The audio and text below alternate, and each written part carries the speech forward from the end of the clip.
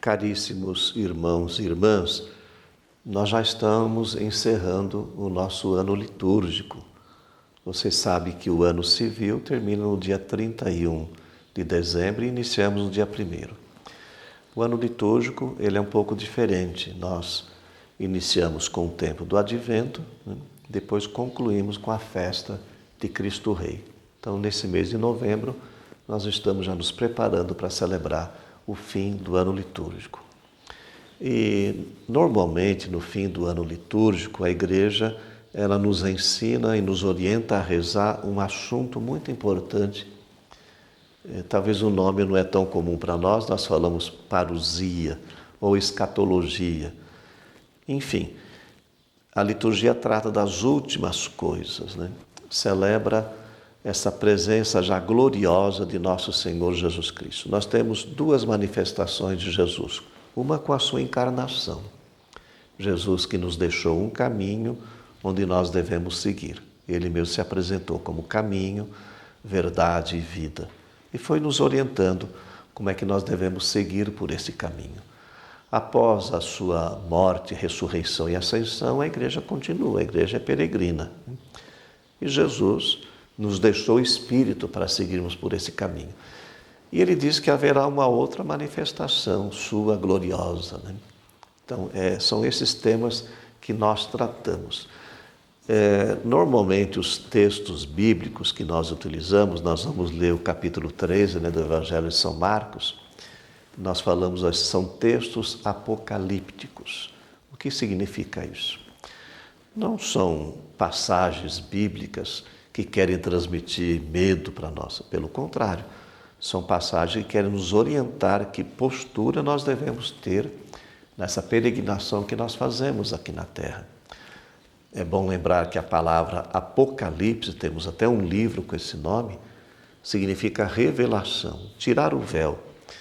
Normalmente são textos que foram escritos tanto no Antigo como no Novo Testamento. Nós temos esses textos, só lembrar o profeta Daniel, depois no Novo Testamento os Evangelhos, tem textos apocalípticos, o próprio Apocalipse de São João. Eles foram escritos em momentos às vezes difíceis, de crise, de perseguições. E quando o ser humano passa por essas experiências, ele corre o risco de perder o discernimento, ficar com medo, enfim, não ter mais as orientações, perder a fé, a esperança, a caridade. Então, esses textos foram escritos com uma linguagem, às vezes, um pouco estranha, Fala de sinais, inclusive envolvendo a natureza, fala das estrelas que irão cair, o sol. É uma linguagem figurada para falar dessa manifestação gloriosa do Senhor, da vinda do Filho do Homem. É o que nós vamos ler no capítulo 13 do Evangelho de Marcos, nesse domingo, um pequeno apocalipse de Marcos, quando ele fala utilizando esses sinais e falou também da destruição do templo e dessa vinda gloriosa de Jesus. Bom, são sinais. Nós até rezamos na liturgia, vou ler para vocês. Olha só que nós respondemos, quando o sacerdote fala, eis o mistério da fé. Todas as vezes que comemos deste pão e bebemos deste cálice, anunciamos, Senhor, a vossa morte, enquanto esperamos a vossa vinda. Ou nós falamos, vinde, Senhor Jesus. Então, nós acreditamos nessa vinda gloriosa do Senhor para julgar os vivos e os mortos e inaugurar novos céus e nova terra. Bom, o que a liturgia, o que a palavra quer transmitir para nós? Não é para ficar fazendo especulações, Jesus falou que nem ele sabe quando vai ser esse dia. É só o Pai que sabe.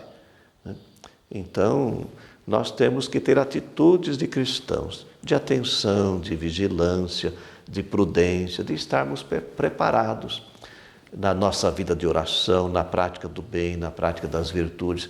Essa é a melhor resposta, Aqui para a nossa diocese, vocês viram esses dias atrás que levantou uma poeira danada ali, uma nuvem de poeira, e o povo fala, será que é o fim do mundo, Então, quando vem essas catástrofes, as pessoas ficam se perguntando, a pandemia, por exemplo, é o fim do mundo? Não, são sinais da natureza. Então, os textos apocalípticos aproveitam desses sinais da natureza para falar, nós temos que estar preparados, Nós não sabemos qual o dia, qual a hora. E não é para ficar com medo, não é para ficar ansioso, é para a gente ter uma atenção. Quem segue nosso Senhor Jesus Cristo, no caminho que Ele deixou, procurando amar a Deus acima de tudo, amar os irmãos e os irmãos e fazendo bem, não precisa ter medo, né? Tem que sim estar preparado, procurando uma vida, um caminho de santidade. Então a liturgia também quer nos indicar para esse caminho. Eu quero lembrar que nesse domingo nós também temos um trechinho do livro de Daniel, né? E Daniel ele mostra que Deus é o aliado daqueles que se comprometem com a justiça. Olha aí, quem é fiel terá parte na vida de Deus e vai brilhar como as estrelas. Então, já no Antigo Testamento, esse é o ensinamento, né? E depois, o autor da carta aos Hebreus fala desse sacerdócio de Cristo, que já abriu esse caminho para o Pai. Jesus nos dá esse acesso. Então, nós devemos continuar como igreja peregrina, caminhando na fé, na esperança e na caridade, nessa comunhão profunda com Deus e com os irmãos. Sem medo, é a melhor resposta. Esses sinais da natureza revelam que nós devemos cuidar não só do ser humano, claro, primeiramente, mas cuidar também dessa obra da criação que Deus colocou nas nossas mãos. E graças a Deus parece que tem um movimento, né, dos nossos países, procurando cuidar bem daquilo que Deus colocou, que é a nossa casa, né? Então nós devemos também dar a nossa participação. Que a bênção do Deus Todo-Poderoso, que é Pai, Filho, Espírito Santo, desça sobre vós e permaneça para sempre. Amém.